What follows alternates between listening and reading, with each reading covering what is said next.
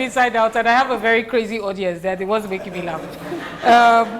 This week, we'll be talking about something I think a lot of us have to put in consideration now as we plan our lives.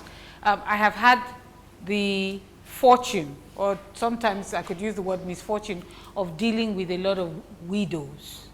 We have done so many topics that had to do with widows and children. And one of the major reasons that I saw for a lot of the conditions that these women were in is the issue that we're treating here today. Also, families that have been left abandoned, family members, and that is the issue of next of kin. Now, a lot of the time, when we fill forms or we are asked certain things and the question next of kin comes in, a lot of people don't really give it thought. Now, when I was doing a research for this recording, I found out that a lot of people take next of kin as like a guarantor, which was quite odd to me, but I realized a lot of people didn't know the difference between the next of kin and a guarantor. So I thought it was important that we talk about this because this issue is something that affects the person beyond their lives. And I think that we have a panel that will relatively give us a bit of an insight into what this is about. And I'm going to start my introductions from my right. She is a lawyer. She's someone that we have used as a resource person more than once here. Please help me welcome Oluwabukola Olowe, a lawyer. You're welcome. Yes, thank you. And next to her is he's the project manager, Geo Services Limited, am I correct? Mr. Ekunda Yegboyega, you're welcome. And then we have an HR personnel, and I'll tell you, maybe by the time she starts to talk, you'll know why that is important. Timei Adesoya, you're welcome to him. And he is the ED, Sukoff Vinyl Industries Limited, am I correct? You're right. Yes, Mr. Victor Akiwande, sir, you're welcome to Inside. I think I'm going to start with the lawyer. That would be a good place to start. Can you please explain to me, or to us, what the word next of kin means? Basically, what next of kin means is, who is the person closest to you? Who is the person that can be contacted when you have issues? Who is the person we can run to when we need to get in touch with you? That is the layman's interpretation of who a next of kin is. What is a guarantor? A guarantor is someone who guarantees your integrity, who guarantees your honesty, who vouches for you, either at your place of work or maybe when you want to get a loan, and stands in gap for you to say that if anything goes wrong with this man, if this person absconds, or if this person does not live up to his responsibility, you can come after me with any form of, with the full force of the law. So what's the major difference between the next of kin and the guarantor? Your guarantor guarantor can be sent to prison when you abscond. Your next of kin directly does not really have to do with someone who would stand in place for you to say, okay, I want to vouch for this person. Let's take, for example, can your guarantor be a family member? Yes, your guarantor can be your family member. Okay. Your guarantor can be anybody. Yeah. Likewise, your next of kin too can be anybody. Okay. Your family member can be your next of kin. Your friend can be your next of kin. It depends on the kind of relationship you have with that person. But for guarantor, most times people are always scared to be your guarantor because they've had issues with a lot of people coming to be a guarantor for their friends, for their family members, and they've ended up in prison, they've ended up in police custody. So that is a little bit more tied to the law, and it has its consequences when the person you are guaranteeing or you are standing in for defaults. Wow, okay.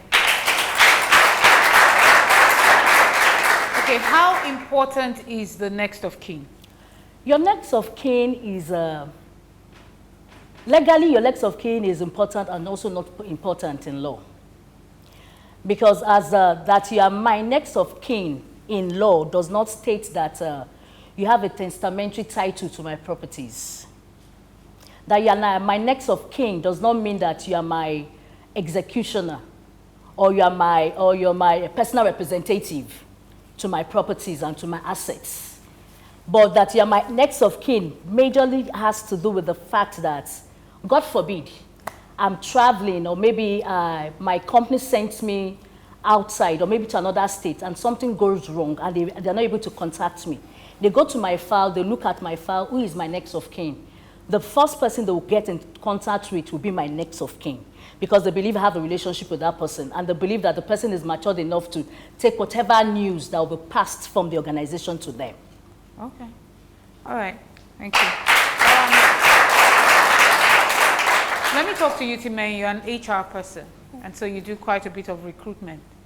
Okay, and one of the major things we have seen in the recruitment process is to find out who the next of kin for anybody is. Why is this important? Basically for us, the major reason why we harp on it is in the event of an emergency, we have someone that we can get in touch with. Also, God forbid, in the event that an employee passes on, who gets your entitlements as regards... Is it the next of kin that gets the entitlement? Yes. So whosoever's name... Group life. But she just said, according to law, that it doesn't necessarily mean that that is the person that will get the entitlement. Well, for the group life, what is required is you need to fill in the name of your beneficiary. Where you don't, we revert to the next of kin because we go into your file. So the next of kin gets your entitlements. And this is the norm in most establishments where the next of kin is called on to get the... For your group life. What is group life? Your group life is all organizations are entitled to insure for their employees. Now, the group life entitles you to, they ask for certain details. So 3 times your annual emolument is what you get in the event that you pass on. So that's what your group life is. So as an employee of that organization, Yes. should you pass on, you have a group life policy that you're entitled to from the employer- organization, Not from the from the insurance company or the Exactly. insurer of the organization. Yes, but the employer takes out that policy Yes. on behalf Yes. of its employees. Yes. So when, and it is who, at what point does that policy kick in? What I mean is, when do they do that for you? Is it from the first day you resume work Exactly. there? Yes. Okay. Now, let's say I resumed work as a spinster, and I put my sister, and I get married. Does anybody remind me that my name has changed and maybe I would like to change my policy? So what we do is we basically educate them on a regular basis and let them know that, look, when your status changes, you also need to come in and update your records. Do people do that? Yes. Well, a lot of people tend to take stuff like that for granted because they don't know the ramifications of it. So what we do right now is we just educate them and let them know that, look, this is why we're... When you say they take it for granted, what do you mean? Most times people just like, you don't remember stuff like that. You just do it and, oh, okay, they ask that I fill in the next of kin. You just fill in someone and you don't know why you're being asked to do that. So what we do is like, well, what I've done where I work is, we had an instance where one of our employees passed on and we had to go through all of that. And we just took that as an opportunity to let employees know that a lot of you came here not married, now you're married. So of course, your next of kin might have changed. If it has, you need to come in and update your records. And you also let So them know why. first of all, let me ask a question. Is it compulsory that your next of kin has to be your immediate family, your wife or your husband, or you can choose anybody? You can choose anybody. It is but your ideally decision. It's your decision, but ideally it should be your family members. But you are left with that. You have that right To decide who to you want decide your who next you of want your kin next of kin to be. Okay, thank you.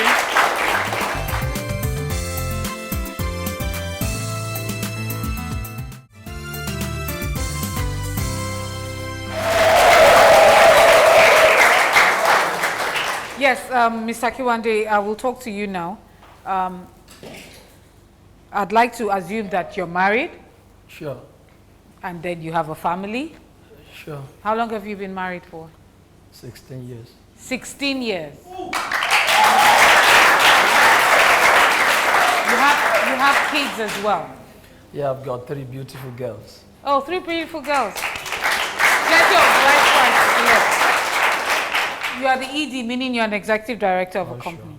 Yes? Sure, sure. So you're high up there.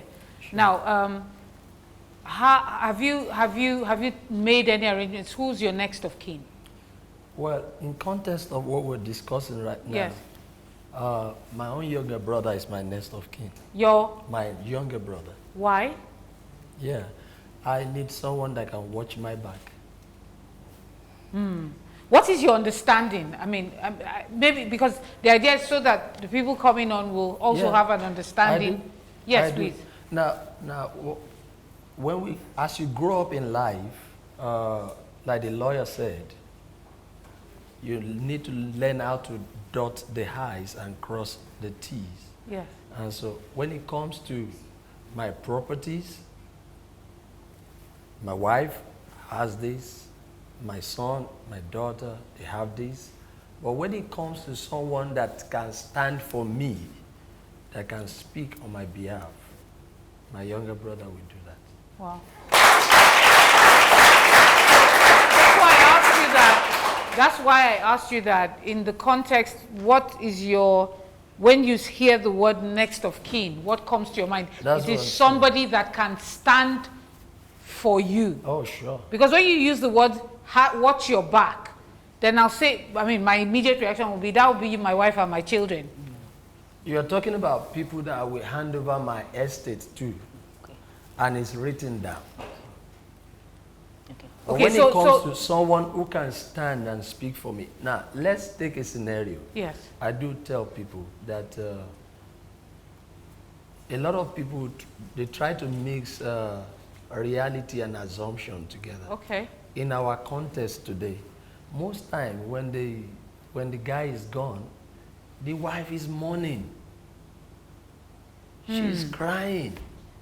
She's in pain. The last thing she wants to think about at that period is anything but the property. Peradventure, if she even come out from places where when they were getting married, they didn't really like her face. And so, for me, I try to look at it. You see, as you are growing up in life, I said I've been married 16 years. Yes. As you are growing, and that's why I'm very surprised for the length of time you've been married, that it's still your younger brother that you have as your next. Now, because I'm talking, we're trying to divide in between the lines. Yes. The lawyers have said it, that the next of kin does not mean the person who takes over my property. In that context, the person who stands for me, who can speak on my behalf at any point in time, who doesn't even have an insight into my will. Okay, I think I need to ask this question here. You know, it's good we're getting clarification because that's the essence of this. Yes. When you put someone as your next of kin and the person is not in your will, is there no clash? Is there no grounds for contest? No. No. No. Because basically your will is stating, these are my personal representatives. These are the people that takes over so and so. HR? No. Basically, like I said, the next of kin is in the event of... So I can put anybody as my next of kin as long as I have a will? Yes. What if I don't have a will? And all I have is the next of kin? Okay, this is what happened, and that is called dying intestate. When you die leaving a will, it is called the person dies testate. But when you die without a will, it is called intestate. Which means that when you have properties, you have to go to the probate registry. At the probate registry, even if you have money in the bank, you can't just go to the bank and claim, I am this person's next of kin. I'm part of the person's executors. I'm a personal representative. What the bank will ask you is go get letters of administration. So when you go to the probate registry, what you do at the probate registry, you are going to the probate registry to apply for letters of administration, which will make you an administrator of that person's properties and not the beneficiary. Because when you even get to, when you get to the probate registry, you need to fill forms. And in the form, there are places where it will be asked. Let me ask a question. While you're doing all of this, your next of kin, you know why? Because, you know, I've heard really pathetic stories from a lot of women, their children thrown out of school and all that. And that's why I wanted clarity. A lot of them would, what the kind of things they say is, my husband did not put me as next of kin. And the company gave everything to next of kin. So I am saying, if there's all this process and all that happened to them is that they were kicked out because they were not stated as next of kin, did that happen because the husband did not leave a will? Yes. So when there is no will, the next of kin... When there is no will, it is very possible, depending, just like what she just said, depending on the policy of the organization, it is very possible they give you next of kin. But where there is a will, the will supersedes any other thing on ground. So what you have done now, Mr. Akiwande, is to have both a will and a next of kin. Oh, sure. Which is the safest thing to do. Oh, sure. And also, like, this program is to enlighten Yes. people. Now, there are different kinds of endowment policies. There are different kinds of policies that are out there that you can even start paying for your kids' school fee ahead, 5 years ahead before university. So it's not all of the time that you have to tie your property around either your wife, because if I die, my wife wants to remarry. So she takes my property to the new husband. What does it matter to you? It matters to me because I've got kids. Yeah, she's taking your kids too. No.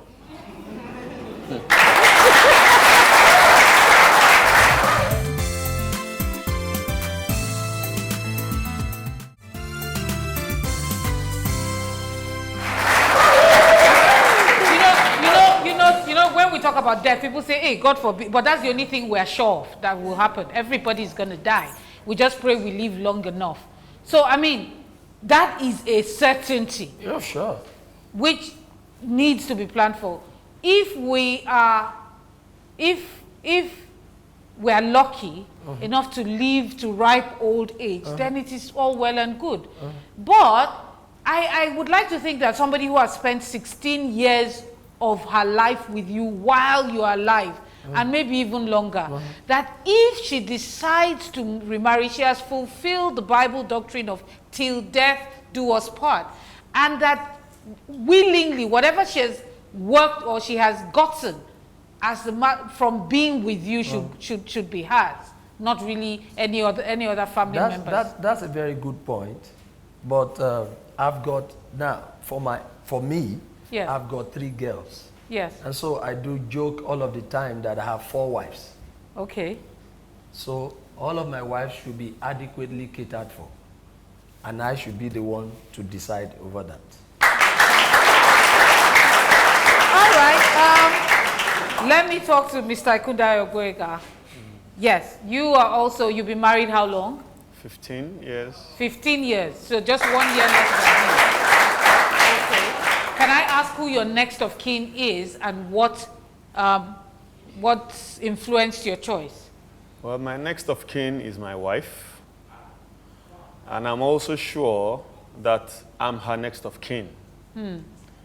And the reason is for 15 years, we've been together. We've gone through the highs and the lows together.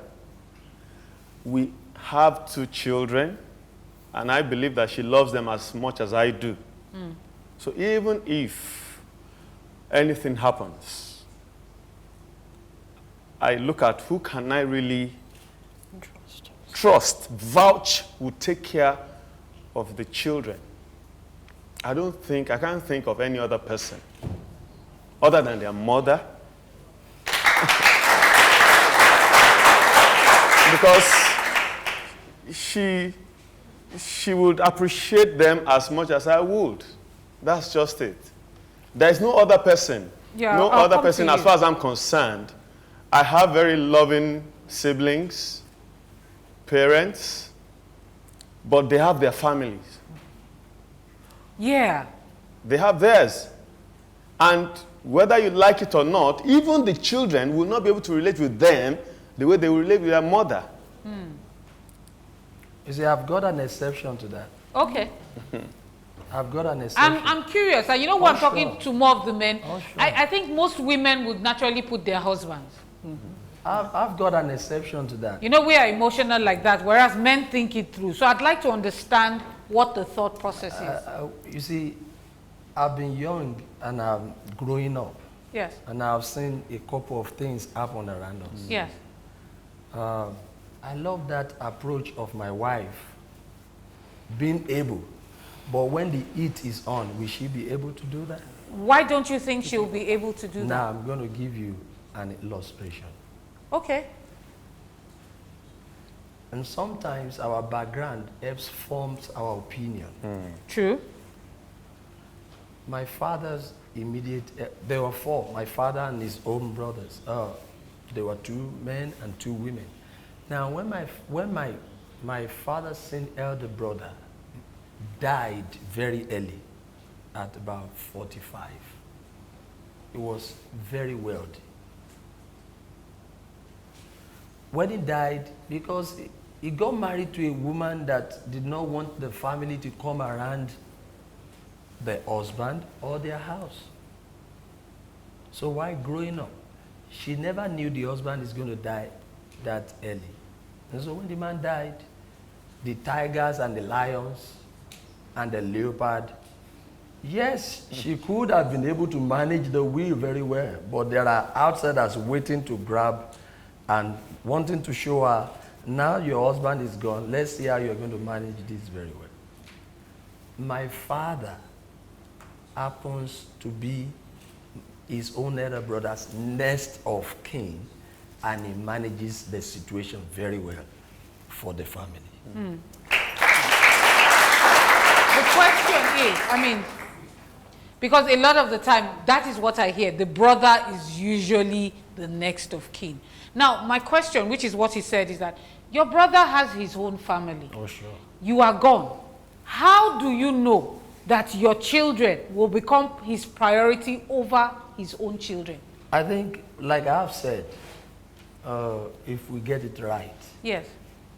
you shouldn't, while you're growing up, we don't just assume things. Why don't we write all of these things down?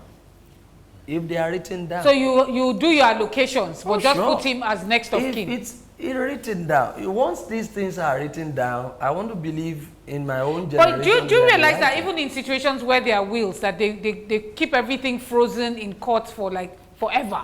Yeah. That the generations die and they are still in court. Okay, now, probably again, my own background, the kind of background I'm from, Yes. a Christian background, religion may not play anything in it, but the kind of background I've come out from, Yes. we've learned over the years to be contented. Yeah, but even as a Christian, with the same Christian background you're talking about, it still tells you that you live to cleave, and that this immediate family that you have formed is your ultimate, what's the word I'm looking for? Should be your priority. Haven't we just said it now? If I have documents to tie down to that effect, my wife is duly protected. Do you understand what I'm saying? Yes, I understand what you're saying. My question, maybe I will come back to you, and please correct me, because this is basically to educate. My question is there don't you give room for what's the word I'm looking for, when you start contesting? There is. Don't you give room to contest when the contents of your will, let's say, doesn't tally with what you have written in your workplace? Is there let me use his case. He has written a will where his brother is not mentioned. I'm just saying. Okay. And we're painting the scenario. And yet, in all his office documents and all those things, his brother is his next of kin. Is there a ground, for instance, for a family member to contest that will? Certainly. Certainly, because like I said earlier, I said some people have misconstrued the word next of kin to mean that I am your beneficiary. I have seen the best of uncles become beasts after the husband of the house passes away and it makes them next of kin. I've seen the best of aunties become beasts and they act it out on the children, on the wife, all because they were made next of kin. Even siblings contest will, where the will does not favor one person. As in same brother, sister? Yes, same father, brothers, mother. yes. One father, one mother, no step, no outside sibling. They still contest the will. In some cases, you have some cases where in some certain form, there is it asks for the next of kin, and it also asks for the beneficiary. In some certain form, in some insurance forms, when you feel like that. Is that what you're talking about, Time? The beneficiary and then the next of kin? So what the insurance would do, the insurance would rather pay to the beneficiary than pay to the next of kin. But sometimes where you have a will, but sometimes because the next of kin believes that he has made me his next of kin, they believe I own the property, I own the money, they would want to contest it. So why is there a case if the terms are so clear? My question, I mean you're a lawyer. Why will any lawyer take a case if it is as obvious as you say? Okay. Because you have made it point blank clear that the next of kin doesn't automatically mean beneficiary. Why do we have cases that end up in court for years where a next of kin is fighting a beneficiary? Why is it a case? I just believe that for some lawyers, it is making the money and just going to court to run a jamboree case. Let me ask you as HR, Time, I'm coming. Let me ask you as HR, what are the kind of things you've seen happen as an HR person? Well, basically so far, I haven't had the experience of anybody contesting anything. It's straightforward. If you indicate your beneficiary gets your group life. If you don't, the next of kin gets it. So I haven't been faced with... And this beneficiary thing and the next of kin thing, do you feel them at the same time? Is it like you start work, you're given that form, you feel beneficiary and you feel next of kin? The organization does that on your behalf. Your organization? So yes, the company does that. How can it come? We get, when we have a new employee, yes, we send an email, yes, to our insurance company, letting them know that this person is now an employee. Yes. Now, there are certain details that we need to fill out. We send that. Who gives you the information you use? The insurance company. No. Who gives you the information about the staff? Does the staff fill a form? Yes, they do. There's an that employee is at detail the form. point of entry. Yes. Into that organization. Yes. Now, I have just finished youth service, and I got a job with you. I have no ties, no children, no nothing. And I've been with you for 10 years. So 10 years down the line, I now have my massive wedding, and my name has changed, my status has changed. And I have forgotten that, when I entered this company, I filled a form that said my beneficiary was my younger sister. Does the company have an obligation to remind me that that form that you filled when you entered 10 years ago, you need to come and check if all those details still stand? Yes, because once you get married, you're obligated to inform the I don't give it thought because, gosh, I've forgotten we filled that form. You're obligated to inform the organization that your name has changed. There are documents that So once I tell you my name has changed, do you remind me? You submit documents as well. And during that process, you're informed that, look, your next of kin, if it has changed, you need to let us know. Okay, so you do remind them at that point that yes, you we need. do. So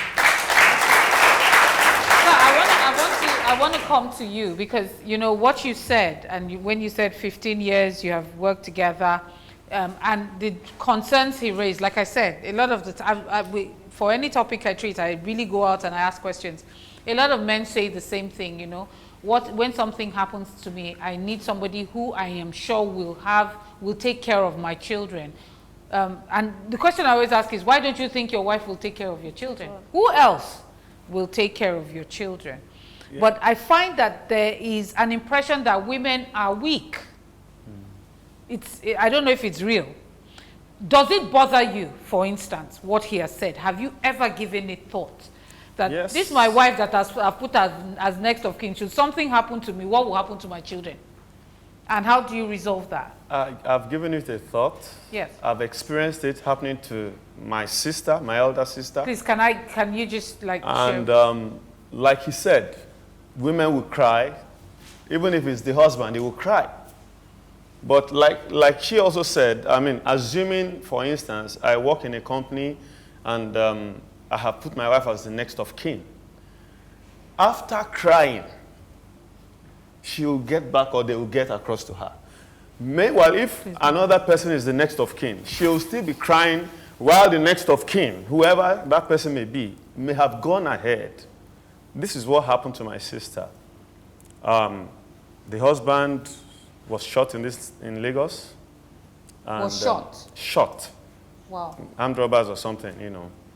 And I was with her, you know. I was there when they came to take the cars. We didn't even know it was more than that. She had children. They took, I mean, before she knew Who took? it, the family. I don't want to really Yeah. go into. They took things, landed properties and all that. And then by the time she woke up, From her crime. she had responsibilities. She had to take care of the children. Thank God, one way or the other, she survived it. The children have all grown up. 2 of them are married today and all that. But the thing is, who took care of the children? It was still the mother. And The next of kin took care of the things and himself. And the insurance company even gives you time. You have 90 days. So if the woman is crying, let her cry. When she's finished crying, she'll take up her responsibilities. Yes. Because we always think, men always think, I worked for it. No, you didn't work for it alone. She did it with you. Yeah. Yeah. Yes. What were you do? No, the truth, like I understand some of the things they are saying, but I can tell you, situations differ. And I can tell you, I'm not playing as an employee. And when Yes, you're not you are a playing, business when you're owner. not playing as an employee, it's a different ball game entirely. Why is it different? You Doesn't see, that then confer on you more responsibility? that's what I'm saying to you. See, it's more better for me to have documents and let someone. I'm not talking about who owns what.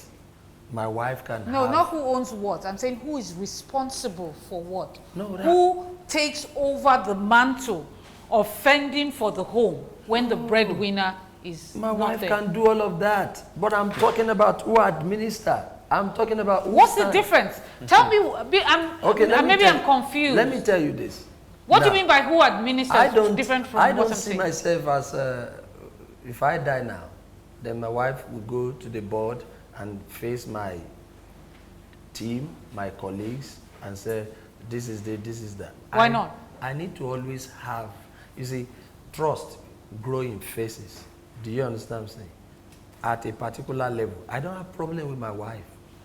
She should enjoy everything, but I need someone by my side who at every point in time, just like he stood, who should be empowered. He's standing for the sister. Lawyer, you sound looking very confused. No, Yes. no, my brother is standing for the wife after the deed has been done. Do you understand what I'm saying? The deed has been done. They've taken away the landed property. They've taken away the cars. They've taken away. Why shouldn't I have somebody who can say, stop that? Okay, he can say that. Even as protective as he is to the sister, probably He can't say that because he's not in he's any not empowered. decision. He's not empowered to do that. Do you understand what I'm saying? Probably he's not empowered to do that. So what you're saying is that you trust your brother will take care of your family. See. And should other family members come, I'm taking from the conversation. Oh, sure. Should other family members come when your wife is not, has not, or try to take advantage of the situation, that you honestly believe that your younger brother will stop that process? Is that what you're saying? That's what I'm saying. That's what I'm saying. That's one. Two, I'm also saying, probably as for information, that there are a whole lot of policies, a whole lot of plans out there. See, your destiny should not be tied to the car. Your destiny should be tied to properties that are intangible.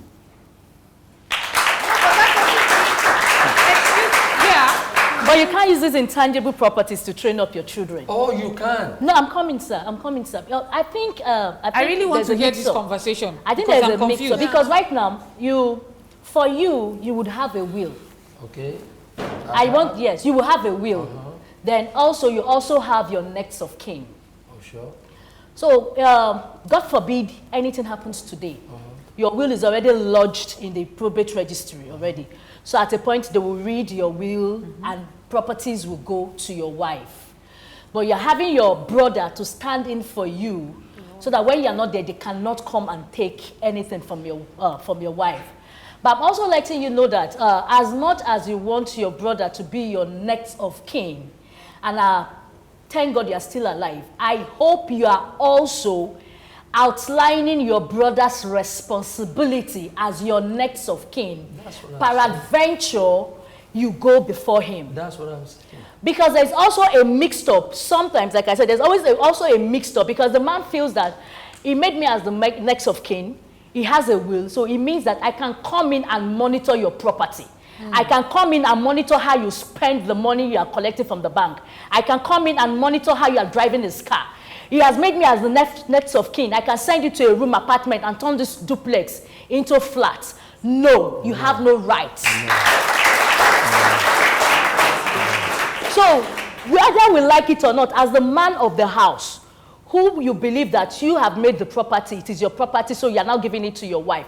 You need to make it clear. You need to state it. Oh, sure. But since you're having a will, you should know that your will supersedes him as his next of kin, and your wife supersedes him in the face of the law on your property over him. So even when you goes and he comes back as the next of kin, if your wife says, I don't want you in this house, he has no right to come into the house. Sure. I believe in that.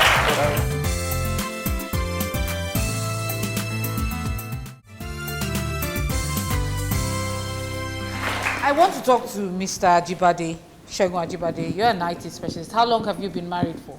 5 years. 5 years? Yeah, sure. Okay, so you're relatively newer in the business than them. Yeah, sure. Okay, have you ever had, do you work for yourself? No, I work in an organization. Okay, so you know what she's talking about when they say you fill a form and all of that? Yeah, sure. For the next of kin? Sure. Who is your next of kin? Well, my wife is my next of kin, and I see the two scenarios that have been playing out.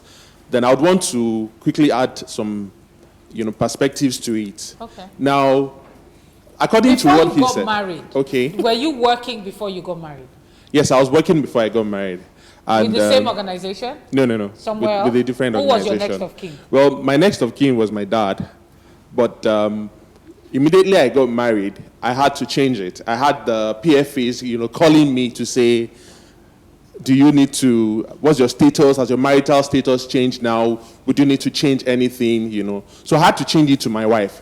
And, talking about next of kin, I believe that your next of kin is the closest blood relative to you. And that person plays a major impact in your life, most especially when you are married. You are your wife is you. And that's the way it should work. You live to cleave.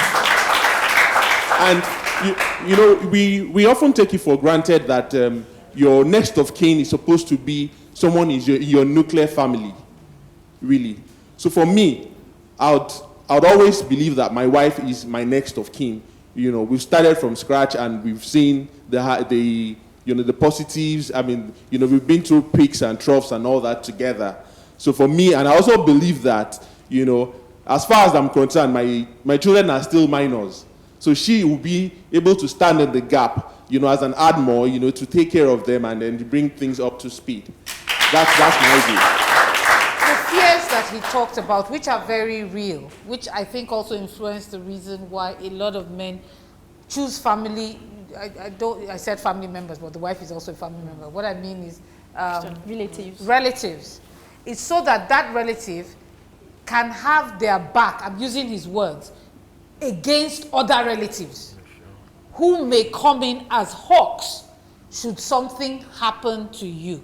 If really the next of kin that the man has chosen had the best interest of the family at heart, why do we have this kind of situation? I think it's education, it's knowledge that is missing, like the lawyer said. That's why we have to appreciate this kind of program that's being done. I just wanted to say that yes. in as much as I appreciate what he's saying, I want to point out that a brother does not have to be the next of kin to defend. That is also true. He does not have to be the next of kin to protect your family. If he loves you, he will do it anyway. But we have also said it. The lawyer have also said it. That my next of kin does not necessarily mean the person that's going to administer my property. But we also know, I mean, you can correct me if I'm wrong, that is the issue that creates the first problem when anything happens. The word next of kin, the interpretation of the word next of kin. And you know that the next of kin is the one that you know first before they even talk about reading will.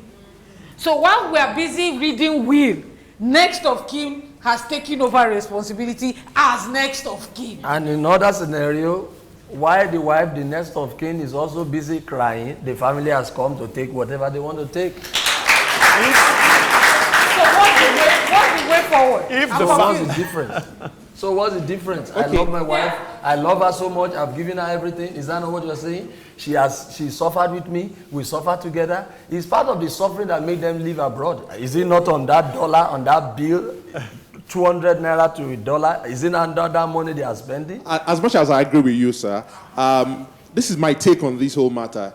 It would be nice for us to understand that education and being enlightened is the key. And for me, that's the way forward. Sure. If you don't, and I'd like to understand it, if you don't have a will, and you have put a family member as your next of kin, and maybe at the time, maybe it's still the same person's name that is there, and if they look at the time when you filled it, you were probably not married, you were single and you never changed it, can the wife contest it? Yes. And everything will be put on hold? Yes. You said when you're gone, your wife might get married to another man and all that. But I want to put it to you that in Nigeria, like the ones I've known, women don't really get married like that. Some prefers to stay. But men are the ones that marries even under a year. They will get married and forget about it. Women decide to stay. I can take my mother as an example. My grandmother, my mother's sisters, as in they are alone, but their husbands are gone for years, but they are still there. So I don't see any reason why you should be scared of your wife getting married. And a woman cannot easily forget her children the way a man will forget his own children after getting married. Then my question goes to you, the lawyer. I want to ask, since you said a beneficiary is not the same thing as a next of kin, can after your wife, if your wife is the beneficiary, can your wife change your own next of kin? No, that's the end. There is no, once it's gone, and your wife and the wife gets every other thing, there is no form again. That is just the end. I want to ask that as a next of kin, can I still carry the burden of the person and being his or her next of kin. If the person died, the burden in the sense is that maybe tax, another things like maybe tax, or if the person has committed an offense, and the person has died before serving the punishment, can I take that? That if the person is told, they can throw him in jail as next of kin. In some forms, they do not have guarantor. In some forms, they don't ask for guarantor. What they ask for is your next of kin for some forms. So, in a form where there is no guarantor and you are the next of kin and the person offends, you can go and cool off a kibi. Are you serious? Yes. Seriously? No, As next of kin? It's not legal. It is not legal. It is not legal. But if it's not legal, then they can't do it. No, but you know, our so-called almighty, very good and very wonderful security service people. But legally it is wrong. So it's not something that should happen. Yes. Your next of kin is not a guarantor. It's not your guarantor. That's what it is. Okay. If the next of kin and the beneficiary is no more alive, and the owner of the property, who did they give it to? To the family to share it? Or without the will, what would they do? Number 2 question. What would someone do if the owner of the entitlement of the property of the money is not being given by a company? What should the family do? Well, the beneficiaries are not alive and the next of kin is not alive. If it's what they do is they look for another family member. This is what happens when you die intestate. They first look for your immediate family, which is your wife, your children, and if they do not get anybody, they go into the extended family. If they do not get anybody, but they have to give it out. Someone has to administer the properties. But if in case where there is nobody at all, they cannot trace anybody, each state has its own law. It's an administrative law on properties. What they do is the administrator general will now take up the property and administer the properties.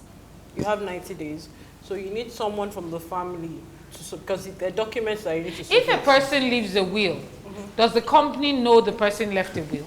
No. Or you work solely with what is there as beneficiary and next of kin? Yes.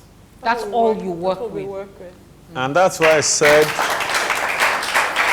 that's why again, you know, it's, for me, it's better to make the wife the next of kin. How many people, if you look at the percentage of people that work for companies and, you know, as against those that have their own businesses and all that, you discover that we have so many people who just, by virtue of, when they even fill the form, they don't even know. You don't get to, how many forms do you fill and they ask for your beneficiary? They only ask for your next of kin. Your next of kin has no moral rights to anything or legal right to anything that is yours. And the problem that we have in Nigeria is that a lot of people don't know that that is the limit of the next of kin. They think next of kin means you are the owner of everything. And because a lot of Nigerians don't do wills, it gives the next of kin more power than he really ought to have. Good summary? Yeah. Okay, I had a lot of fun on this topic. Let me say a very big thank you to you for the education. I'm going to ask for last lines, something you want members of the audience to go away remembering on this issue. Let me start with you, Mr. Kiwande. Well, in summary, you need someone to watch your back.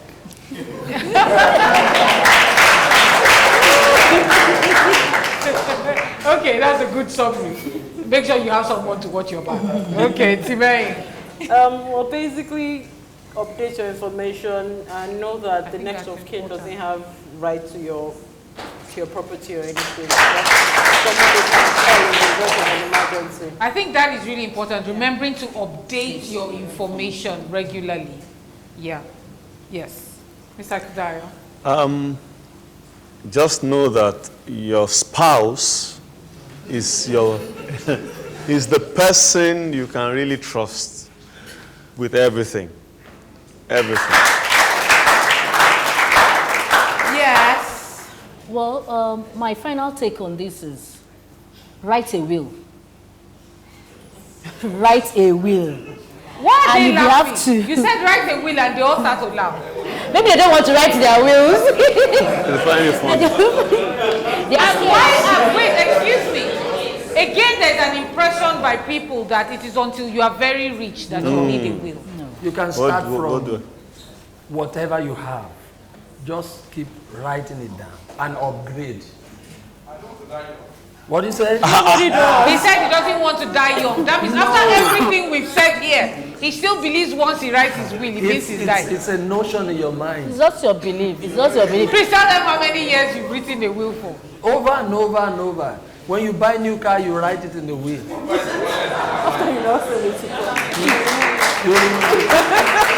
Well, basically, Yeah.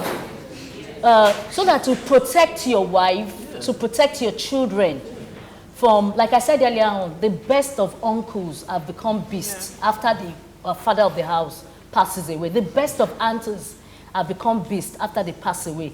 To protect them legally, if you have to write a next of kin, please use your spouse. Thank you. A very big thank you to you. You know, we had done something on the will before, and then now we're doing on next of kin. When I did the topic on the will, I mean, I think it's one of the ones that has gotten the greatest number of responses for one episode out.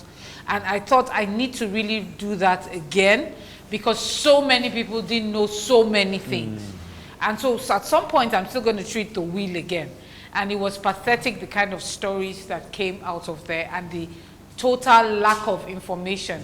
And I think having done this now, when we add it to the issue of the will, people will get a lot more entitlement. So I'd like to say a very big thank you to you. Thank you for your honesty. Thank you for your candor. Thank you for your enlightenment on this topic. To my audience, a very big thank you. For the viewers at home, for your comments and suggestions, please send us an email at insideoutwithagatha@yahoo.com or to our Facebook page, which is www.facebook.com/InsideOutWithAgatha, or follow us on Twitter at InsideOutMedia. A very big thank you to Voltic Water, Oba for my hair, Olufunke Ilori for my makeup, Divine Endowments for my clothes and for my styling. A big thank you to Kelu Image Consultants. Until next week when we come your way again, talking about something else equally as interesting. Bye-bye and see you next week.